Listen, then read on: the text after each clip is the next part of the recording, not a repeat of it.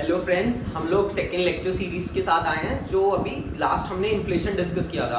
I hope सबको समझ आ गया होगा। अगर कोई डाउट्स हैं तो आप कमेंट सेक्शन में लिख देना। इवन हमारी वेबसाइट भी है और हमारी ऐप भी है प्ले स्टोर में, जो आप डाउनलोड कर सकते हो और मतलब उसमें आप अपनी क्वेरीज डाल सकते हो और बता सकते हो हमें। आज जो हम लोग टॉपिक डिस्कस करने वाले हैं वो फिस्कल पॉलिसी है।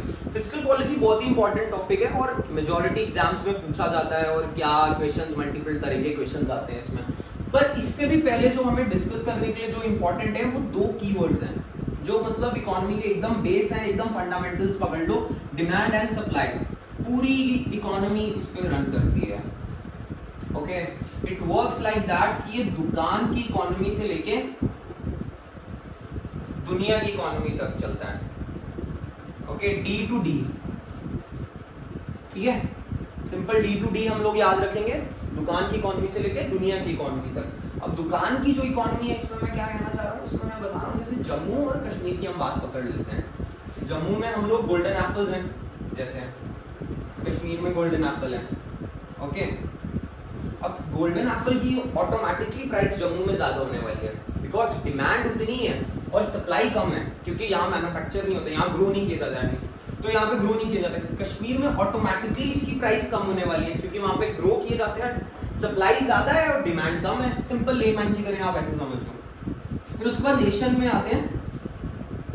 नेशन में मैंने आपको लास्ट टाइम वो अनियन वाली एग्जांपल बताई थी ना, कि मॉनसून में अनियंस की क्रॉप खराब हो गई, तो उसकी वजह से क्या हुआ कि सप्लाई कट हो गई। ओके, डिमांड तो उतनी है। अब नवरात्रे और नवरात्रे आ जाए तो अलग बात है, डिमांड बढ़ जाए, डिमांड कम ही हो जाए, बट ऐसा है नहीं, डिमांड तो उतनी है। तो उसकी वजह से क्या हो रहा है, मतलब प्राइसेस तो शूट करेंगी, है ना।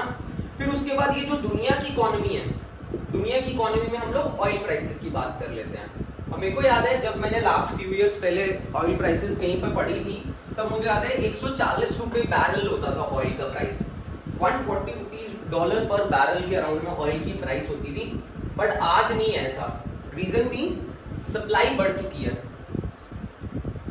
कैसे सप्लाई बढ़ गई? डिमांड तो उतनी है, सप्लाई बढ़ गई है कि ग्लोबल वार्मिंग की वजह से रशिया के उधर जो ग्लेशियर्स हैं वो पिघलने लग गए हैं, और उसकी वजह से वो सारा साइबेरिया वाला पूरा स्नो पिघल रहा है और उधर हमें ऑयल मिल रहा है। इवन शेल गैस मिल गया यूएस के पास, तो शेल गैस एक अल्टरनेट सोर्स ऑफ एनर्जी है, उसकी वजह से भी ऑयल प्राइसेस गिर रहे हैं। और रशिया ने प्रोडक्शन भी बढ़ा दी है, डिमांड तो लिमिटेड ही है ना। आज के टाइम पे अभी रिसेंटली ऑयल प्राइसेस एकदम ही नेगेटिव चले गए थे, अभी फ्यू मंथ्स बैक, जब ये कोरोना वायरस से पहले, क्योंकि सबसे बड़ा ऑयल का जो कंजम्पशन होता है वो एयरलाइन सेक्टर में होता है, और एयरलाइन सेक्टर तो एकदम ही अभी वर्क ही नहीं कर रहा है, तो उसकी वजह से ऑयल प्राइसेस बहुत ही ज्यादा ड्रास्टिक क्रैश हुआ था ऑयल प्राइसेस में।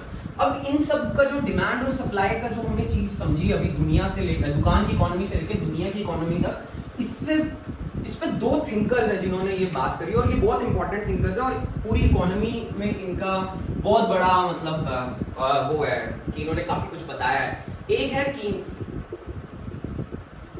जेएम कीन्स, और एक है एडम स्मिथ।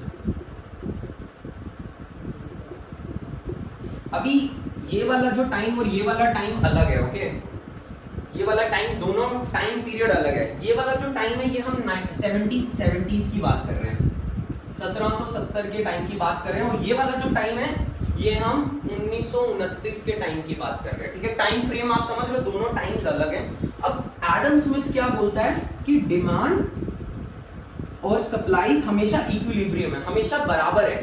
ठीक है, बहुत सिंपल है, इसको बिल्कुल कॉम्प्लिकेट नहीं करना है, क्योंकि अगर जितना कॉम्प्लिकेट करोगे उतना ये मुश्किल होने वाला है, और ये एकदम कोर इकोनॉमिक कंसेप्ट है ना, इसको एक बार समझ गए तो एकदम ही याद रह जाएगा। डिमांड और सप्लाई हमेशा सेम होने वाला है। ठीक है, तो अब डिमांड और सप्लाई अगर हमेशा सेम होने वाला है, तो ये तो नेचुरल इकोनॉमी है, मतलब ये बोलते हैं यूटोपियन इकोनॉमी, ऐसा एग्जिस्ट नहीं करता है। तो इससे पहले पर ऐसा एग्जिस्ट करता था। वो कहता था अगर कहीं दिक्कत भी आ रही है ना, तो वो डिमांड साइड की दिक्कत नहीं है, सप्लाई साइड की दिक्कत है। आप सप्लाई बढ़ाओ, डिमांड तो है ही है, डिमांड कम नहीं है। रीजन बीइंग उस टाइम पे मैकेनाइजेशन नहीं थी, इंडस्ट्रीज में मैकेनाइजेशन नहीं थी, मतलब मशीन्स नहीं थी, तो सप्लाई हमेशा कम होती थी, क्योंकि पॉपुलेशन तो थी, लोगों की डिमांड है। बट अगर कोई एक ताला बनाने वाला हम एग्जांपल ले लें, उस टाइम पे मशीन्स के थ्रू ताला नहीं बनता था, कोई ताला बनाने वाला है वो दिन के 5 ताले बनाएगा, 4 ताले बनाएगा, 10 ताले बनाएगा। आज फैक्ट्रीज हैं, मैकेनाइजेशन है, आप एक दिन में लाख ताला बना सकते हो, दैट इज पॉसिबल। एक दिन में अभी हम लोग 1-1 करोड़ मास्क बना रहे हैं, इन दिनों में हम 1-1 करोड़ मास्क बना रहे हैं। अगर मशीन्स नहीं होती तो वो पॉसिबल ही नहीं हो पाता। तो ये एडम स्मिथ बोल रहा है, ठीक है, कि demand is always equal to supply. अब ये उसका वर्क कर रहा था मॉडल टिल वर्ल्ड वॉर तक तो चलता ही रहा। वर्ल्ड वॉर के बाद क्या हुआ, फर्स्ट वर्ल्ड वॉर 1914 में स्टार्ट हुई। उस टाइम पे ना मैकेनाइजेशन ज्यादा बढ़ के स्टार्ट हो गया।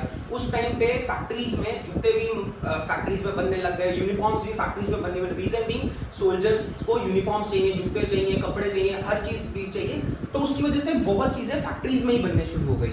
तो कीन्स का क्या हुआ, कीन्स 1929 में क्या हुआ कि अचानक से ग्लोबल ग्रेट डिप्रेशन बोलते हैं उसको, ओके, यूएस में आ गया।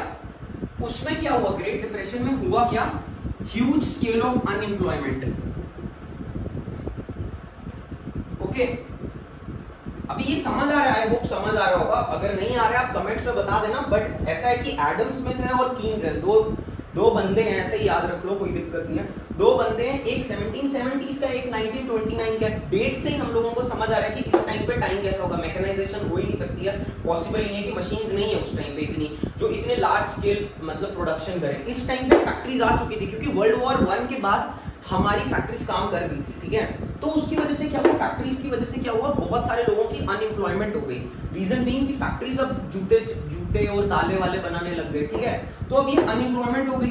फिर उसके बाद अब अनएम्प्लॉयमेंट होगी, तो उसका हमने लास्ट इन्फ्लेशन की क्लास में हमने क्या पढ़ा था, बेसिक याद है आपको, कि हमने अनएम्प्लॉयमेंट जब हो रही है तो उसकी वजह से सबसे पहला काम क्या हो रहा है, डिमांड कम हो रही है, ठीक है।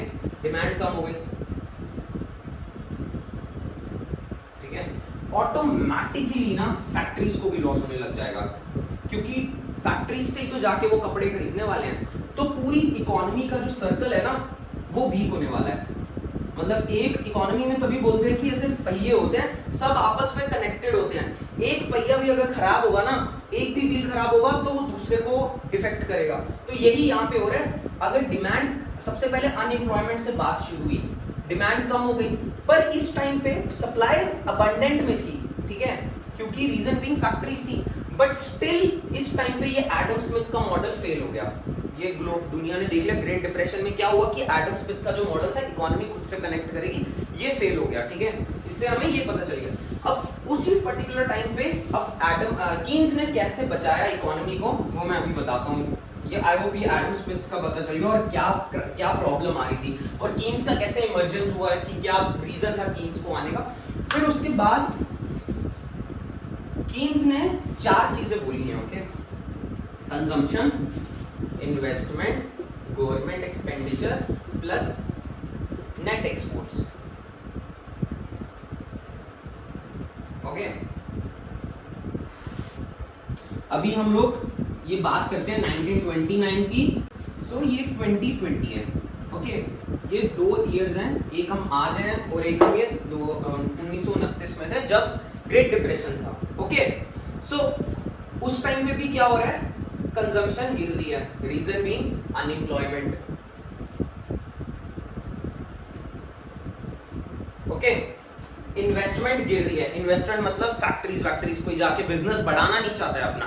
अभी पर्टिकुलर टाइम पे कोई भी इंडस्ट्रियलिस्ट अपना बिजनेस नहीं बढ़ाना चाहता, रीजन नहीं उसके पास पैसा ही नहीं है, क्योंकि उसको ऑलरेडी मोरेटोरियम में बैंक्स को लोन देना है। और सेम उस टाइम पे भी ऐसा ही सिनेरियो था, इन्वेस्टमेंट थी नहीं उस टाइम पे, जो फैक्ट्रीज बढ़ाना चाह रहे थे वो बढ़ाना नहीं चाहते थे, ठीक है। गवर्नमेंट एक्सपेंडिचर, ये मैं 1 मिनट बाद में डिस्कस करता हूँ, ओके। गवर्नमेंट एक्सपेंडिचर, फिर उसके बाद नेट एक्सपोर्ट्स। नेट एक्सपोर्ट्स में भी नेगेटिव चल रहा था सब कुछ, रीजन मीन ग्लोबल डिमांड ही नहीं है, ग्लोबल इकोनॉमी इस चीज से परेशान थी। जिसको ग्रेट डिप्रेशन को सिर्फ अमेरिका नहीं था उसका परेशान, सारी दुनिया थी। उसी पर्टिकुलर टाइम पे हमने लास्ट क्लास में हाइपर इन्फ्लेशन डिस्कस किया था। उस पर्टिकुलर टाइम पे हाइपर इन्फ्लेशन हुआ था जर्मनी में, तो वो मतलब ग्लोबली वो पूरी दुनिया उस चीज से परेशान थी। तो गवर्नमेंट एक्सपेंडिचर, ये कीन्स ने नई चीज लाई। उसने कहा देखो इकोनॉमी अगर सही करनी है तो इसका एक ही तरीका है, that is increase government expenditure. अब गवर्नमेंट एक्सपेंडिचर से क्या होने वाला है, मतलब क्या होने वाला है, गवर्नमेंट एक्सपेंडिचर से सिंपल एक ही चीज होने वाली है, एम्प्लॉयमेंट जनरेशन, अनएम्प्लॉयमेंट खत्म होने वाली है, फॉर श्योर अनएम्प्लॉयमेंट खत्म होने वाली है। कैसे, लास्ट टाइम पे जब हमने क्लास में डिस्कस किया था कि गवर्नमेंट जाएगी, गवर्नमेंट जाके क्या करती है इन्फ्लेशन बढ़ाने के लिए, जो हमने बात की थी डिमांड सप्लाई वाली इन्फ्लेशन की, कि गवर्नमेंट जाके एक्सपेंडिचर करती है। एक्सपेंडिचर करती है तो गवर्नमेंट कैसे जाके, जैसे कल गवर्नमेंट ने डिसाइड किया कि मैं यहाँ पे एक हाईवे बनाने वाली हूँ, तो हाईवे बनने वाला है तो वहां पे जाके लोगों को जॉब्स मिलने वाली है, ठीक है। तो जॉब्स मिलने वाली है तो उससे क्या होने वाला है, उससे लोगों को पैसे आने वाले हैं, उन पैसों से क्या करने वाले हैं, लोगों की कंजम्पशन बढ़ने वाली है, ठीक है। कंजम्पशन बढ़ने वाली है तो लोग जाके ज्यादा मोबाइल खरीदने वाले हैं, ओके। तो उसी से ही इन्वेस्टमेंट वो जो है वो नई फैक्ट्रीज लगाने वाले हैं। ये 1929 में था। चलो उस टाइम पे मोबाइल नहीं समझते हम लोग, शूज समझ लेते हैं, ठीक है। लोगों ने नए जाके शूज खरीदे और शूज की नहीं, और वो डाइवर्सिफाई कर रहा है, अपना बिजनेस बढ़ा रहा है, ज्यादा फैक्ट्रीज लगा रहा है। सेम कंडीशन है आज 2020 में। तभी मैं बोलता हूँ इकोनॉमी को पढ़ने का सबसे बड़ा फायदा ये है कि अगर आप नहीं भी किसी एग्जाम के लिए प्रिपेयर कर रहे हो, आप ग्लोबल सिनेरियो को समझ सकते हो कि आज ये ऐसा हो रहा है और मैं फ्यू इयर्स आगे क्या होने वाला है, आप you can predict the things. तो 2020 में भी सेम यही चीज हो रही है, कंजम्पशन है नहीं, बहुत कम हो गई है, ठीक है। इन्वेस्टमेंट बहुत कम हो गई है, गवर्नमेंट नेट एक्सपोर्ट्स नेगेटिव में आ चुके हैं। अब यही एक चीज है जो इकोनॉमी को बचाने वाली है, that is government expenditure, okay. तो ये सारी बात जो मैंने बताई है ये ऐसे नहीं बताई है, इसके लिए क्वेश्चंस आते हैं कि एडम स्मिथ क्या बोल रहा है, उसका स्टेटमेंट आ जाएगा कि Adam Smith demand and supply के लिए पहली बार किस थिंकर ने बात की, that is Adam Smith. Government expenditure की किस बंदे ने बात की, दैट इज कीन्स, ओके। तो ये वाला मॉडल जो कीन्स का मॉडल है ना, ये कभी ऐसा नहीं है कि हमने आज तक अडॉप्ट नहीं किया है। एक्सपेंडिचर वाला ही मॉडल जो है ना, that is only fiscal policy. यही इसी चीज को फिस्कल पॉलिसी बोलते हैं। ये सारी बात बताने का रीजन ही यही है कि ये फिस्कल पॉलिसी की बैकग्राउंड है। जब तक ये नहीं समझोगे तब तक फिस्कल पॉलिसी का पता ही नहीं चलेगा कि वो आया क्यों दुनिया में। यही रीजन है। अब फिस्कल पॉलिसी हमने पहली बार नहीं किया, जो हमारा फर्स्ट प्लान था हैरोल्ड डोमर मॉडल एक था, वो हमने फर्स्ट टाइम एक्सेप्ट किया था।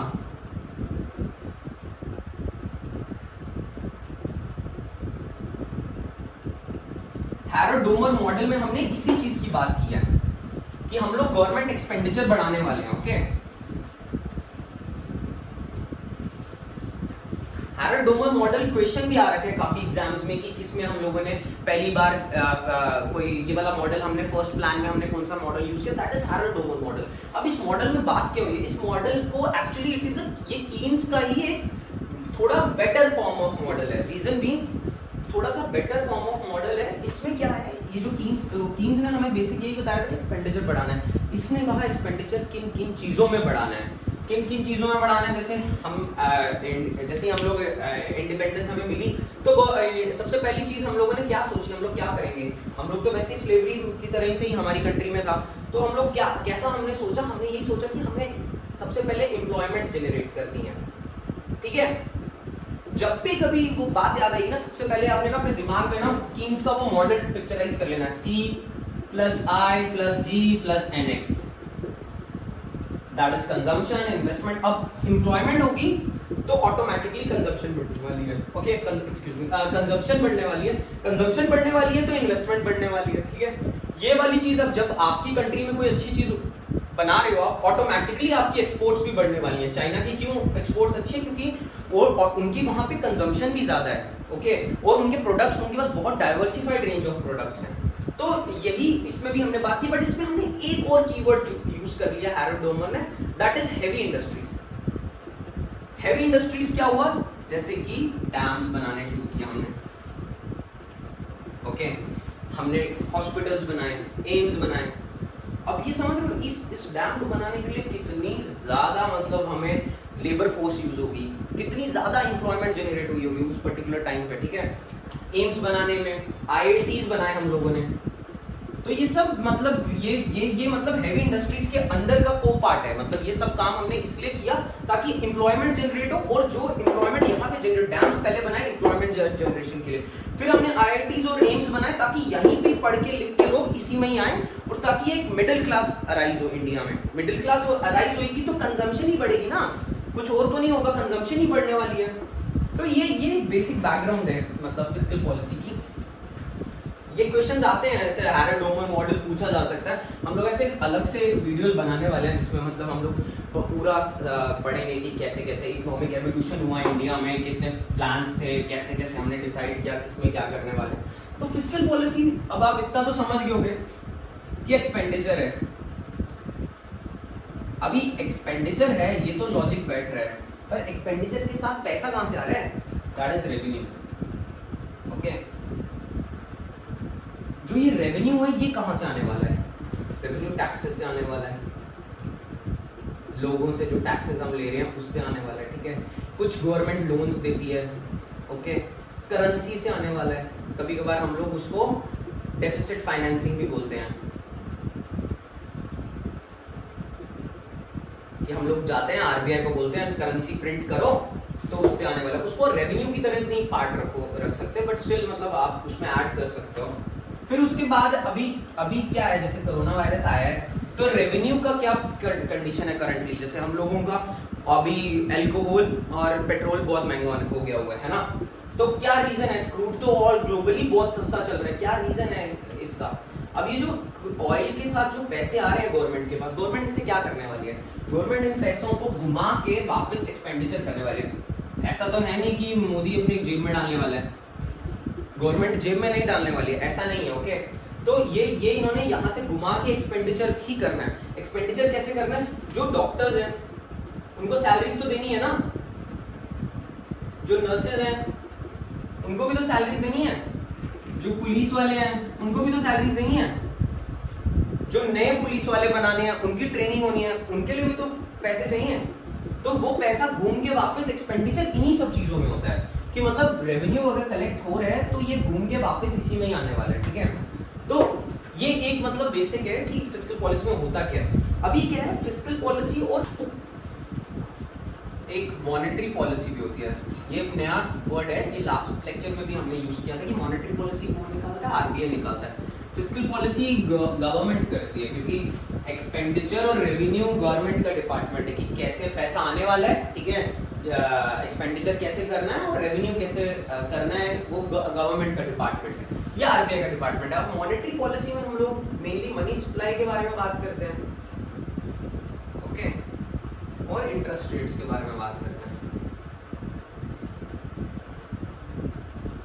अभी ये मनी सप्लाई का मतलब होगा कि करेंसी इन सर्कुलेशन, कि कितने नंबर ऑफ नोट्स या कितनी करेंसी अभी अवेलेबल है कंट्री के अंदर, ठीक है।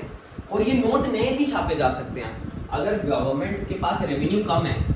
जैसे अभी कोरोना वायरस है, तो इस टाइम पे बहुत डिबेट चल रही है कि गवर्नमेंट ने इंटरेस्ट रेट्स गिरा दिए हैं, ठीक है। रीजन भी इंटरेस्ट रेट्स गिराने का ये है कि ताकि कंजम्पशन और इन्वेस्टमेंट बढ़े।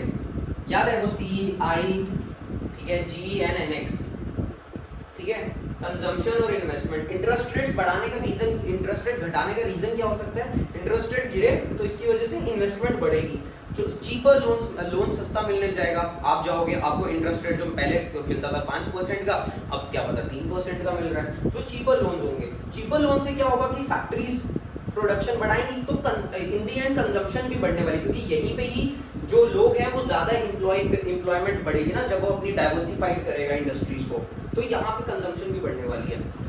और मनी सप्लाई एक नेक्स्ट टूल है गवर्नमेंट के पास, जो अभी बात करी जा रही है कि कोरोना वायरस को टैकल करने के लिए हम लोगों को और करेंसी छापनी पड़ेगी, जो तो मनी सप्लाई है, और इसी को ही डेफिसिट फाइनेंसिंग भी बोलते हैं। डेफिसिट फाइनेंसिंग मतलब कि क्या होगा कि जैसे गवर्नमेंट का रेवेन्यू इस साल कम होने वाला है, तो ये क्लियर है कि गवर्नमेंट को कोई टैक्सेस इतने ज़्यादा नहीं मिलने वाले, क्योंकि इकोनॉमिक ग्रोथ ही नहीं हुई है। जिस कंट्री की जीडीपी पहले 4-5% में होगी, वो इस साल अगर नेगेटिव होगी तो ऑटोमेटिकली गवर्नमेंट को ज़्यादा लॉस है, लोगों से ज़्यादा तो गवर्नमेंट को लॉस है, गवर्नमेंट को सैलरीज कैसे देनी है सब। तो इस साल तो डेफिसिट होने वाला है, मतलब जो प्रॉफिट और लॉस समझ लो एक कंट्री का, बैलेंस शीट जो हमारी कंट्री की होने वाली है वो नेगेटिव होने वाली है। तो उस नेगेटिव के लिए हम क्या करेंगे, एक ही तरीका है, दैट इज मतलब हम डेफिसिट फाइनेंसिंग करें, उससे हम लोग अपना वो जो पैसे हैं वो पे करें, और कुछ साल बाद जब इकोनॉमी वापस इंप्रूव होगी तो वो हम आरबीआई को बॉन्ड्स, मतलब बॉन्ड्स के बदले, उसके बदले हमें कुछ पैसे वापस रिटर्न करने होते हैं, तो वो हम बॉन्ड्स के थ्रू में वापस करते हैं उसको। तो ये बेसिक है कि मतलब मॉनेटरी पॉलिसी और इसमें क्या होता है। तो अभी फिस्कल पॉलिसी और ये जो चीजें, इनकी दो पर्टिकुलर टाइप्स हैं, कि हर कंट्री में ऐसा होता है।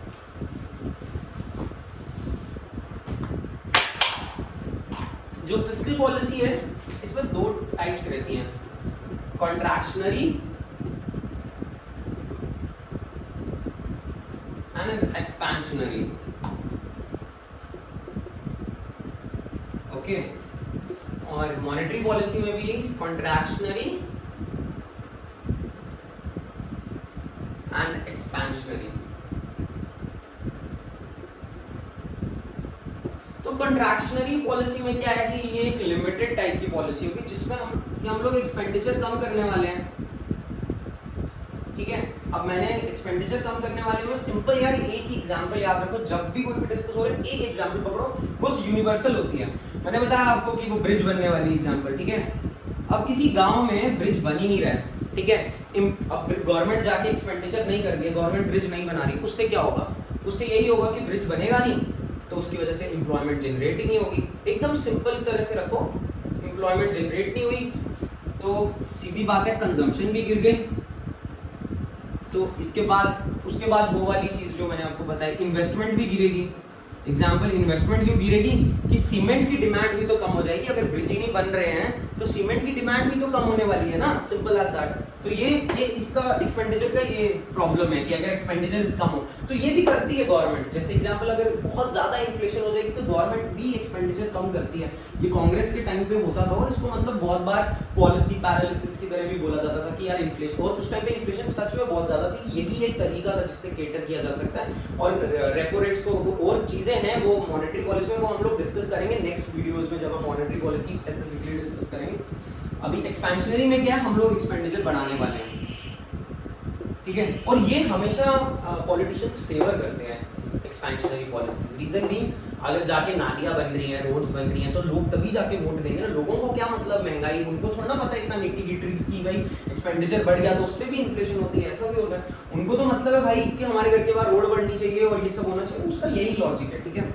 अभी आरबीआई जो है ना, ये जो है मॉनेटरी पॉलिसी है, इसमें भी कॉन्ट्रैक्शनरी और एक्सपेंशनरी पॉलिसीज होती है। कॉन्ट्रैक्शनरी में सिंपल की तरह समझो कि इसमें क्या होने वाला है, इसमें लोन्स जो है ना वो एक्सपेंसिव होने वाले हैं ताकि इजीली लोन्स अवेलेबल ना हो लोगों को। क्योंकि अगर लोन अवेलेबल होंगे तो क्या सीमेंट वाली बात पकड़ लेते हैं।